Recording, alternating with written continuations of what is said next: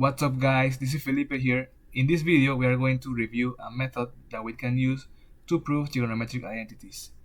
We know the more common methods like starting from the left hand side of the identity and also starting from the right hand side.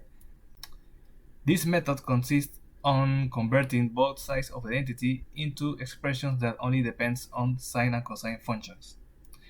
This way we can prove that one side is equal to the other. So let's try an example and see how this method works. Cosine of x plus sine of x times tangent of x equals secant x.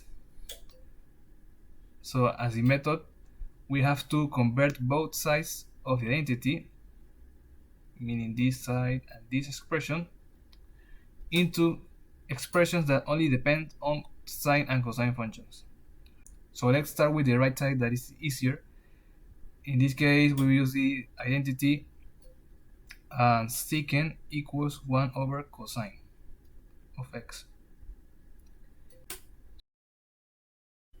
So there is nothing else that we can do in this expression, so we leave it as it is.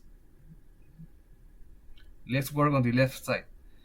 We have cosine, we leave it as it is, cosine, and then proceed to express the tangent as sine divided by cosine of x. Then multiply sine of x with this fraction. We have cosine of x plus sine squared over cosine. To simplify this expression further, we can multiply the cosine by cosine of x divided by cosine of x. That is the same as multiplying by 1. So we are basically we are multiplying the cosine by 1.